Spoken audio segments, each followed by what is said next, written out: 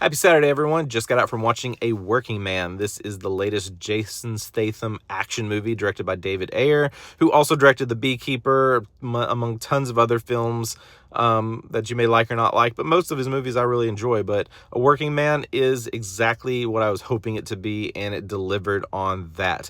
This follows Jason Statham as a construction worker, works for a family, has a military background, lost his wife, but has a daughter. So he's trying to live as much of a normal life as he can. And getting to know the family that he works for, their daughter is going to go out with her friends to celebrate, a milestone through college.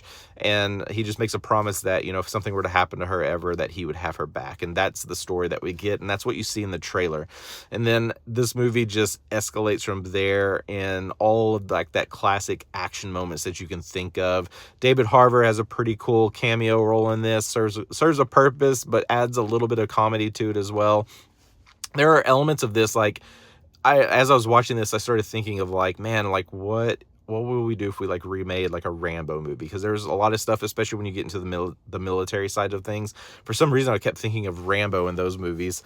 But this movie, it just brings that classic action movies that we've seen and grown up with through the Rambo movies, even John Wick. And I mean, it's hard to watch these movies, and especially the way they set them up, to not think of John Wick, because that seems to be the blueprint a lot of these action movies want to go to now, because you have these, this world where there's this mafia and these, all this stuff that's going on around you, people with so much money that they're trying to, do evil things, but you have the hero that's going to get in there and rescue or save the person or whatever.